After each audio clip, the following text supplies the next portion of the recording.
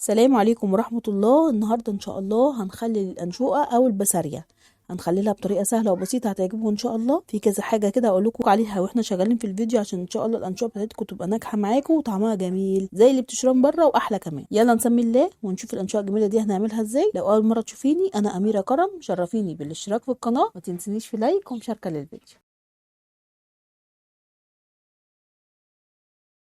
اول حاجه لما تيجي تشتري الانشوقه لازم تشتريها كبيره عشان تبقى طعمها حلو معاك ان شاء الله. ما تجيبيش الانشوقه الصغيره خالص لانها هتبقى تتهري معاكي بسرعه وتبقى طعمها مش حلو معاكي وهتشلك لما تيجي تنضفيها. هتجيبي اللي لونها احمر، ما تجيبيش البيضه. في الانشوقه البيضه وفي الانشوقه الحمراء، هات الحمراء بتبقى حلو في التخليل وبتبقى طعمها احلى في التخليل. نقي الانشوقه الناشفه اللي ماسكه نفسها اللي تلاقي عينها بتلمع دي، تعرفي اللي هي لسه طازه.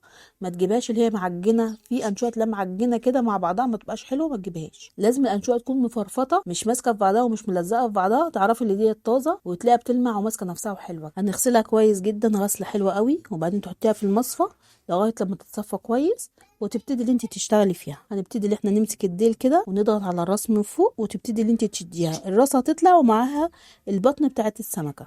طبعا في ناس بتخللها بالراس وبالبطن اللي فيها بيقولوا لك طعمها حلو جدا. لا انا شفت ديت وشفت ديت بصراحه، اللي بتتشال راسها ومصارينها او بتتشال راسها وبطنها من جوه بتبقى طعمها احلى وبتبقى ريحتها كمان احلى في الطعم وفي الريحه. هننضف الانشوه بتاعتنا كلها، هنشيل الراس والمصارين اللي فيها او الراس والبطن اللي فيها. سبتها من الصبح لغايه بالليل، يعني انا نضفتها الصبح سبتها من الصبح لغايه بالليل جوه التلاجة لغايه لما تنشفها كويس. التلاجة تنشف من اي ميه فيها. هنبتدي اللي احنا نطلعها من التلاجة ونلم بقى الانشوه بتاعتنا ونحطها في بوله غويطه، ونبتدي اللي احنا ننصر عليها ليمونه كبيره. الليمونه الكبيره ديت علشان تضيع اي ريحه زفاره وتخلي طعم الانشوه بتاعتك جميله معاك ان شاء الله. الكيلو بياخد بالظبط 3 معالق ملح هرميين، 3 معالق ملح مليانين على الاخر الكيلو عشان يطلع مظبوط معاكي الملح بتاعه. تحطي عليها معلقه بابريكا كبيره وتحطي عليها معلقه شطه برده كبيره عشان تديك اللون الاحمر الحلو بتاع الانشوقه المخلله. الشطه والبابريكا هتديها طعم حلو وتحفظها لك من اي حاجه ما تجيش فيها اي حاجه ان شاء الله. نقلبها تقليبه حلوه ونبتدي ان احنا نحطها في كيس خزين. نحطها في كيس خزين عشان نعرف ان احنا نطلع الهواء منها.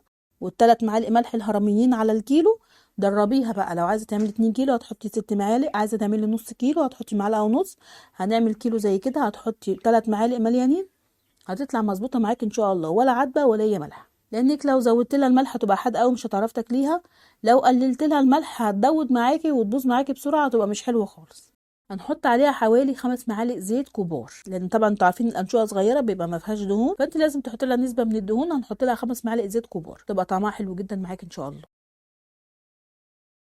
حطينا لها الزيت هنبتدي ان احنا نطلع الهواء اللي في الكيس بتاعنا كله كويس جدا ونقفله قفله حلوه. هنحط كيس جوه كيس تاني بالظبط اسبوع وهتفتحي عليها. يعني انت عملتيها يوم السبت هتفتحي عليها يوم السبت، عملتيها يوم الجمعه تفتحي عليها يوم الجمعه. اسبوع بالظبط وتاكلي منها احلى انشوه.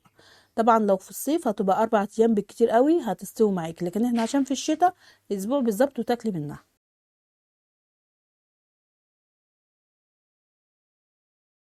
ونبتدي ان احنا نحطها في علبة مطبخ تكون محكمة الغلق. حطيها في ظرفة المطبخ.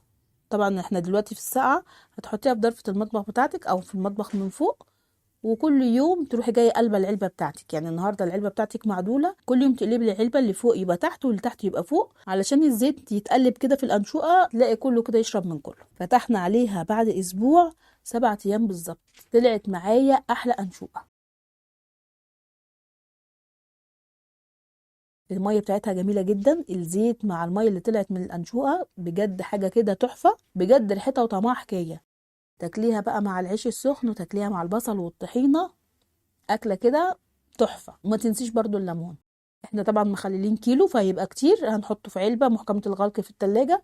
بس ما تحطيش عليها ولا نقطه ليمون، اللي انت هتاكليها بس اللي تحطي عليها ليمون. هتحطيها في التلاجة وتقفلي عليها، والحبه اللي انت عايزاهم تحطي عليهم ليمون وتعصري عليهم الليمون وتاكليها تبقى جميله جدا. تقعد معاكي في التلاجة بالاسبوع بالاسبوعين ما يجرالهاش اي حاجه.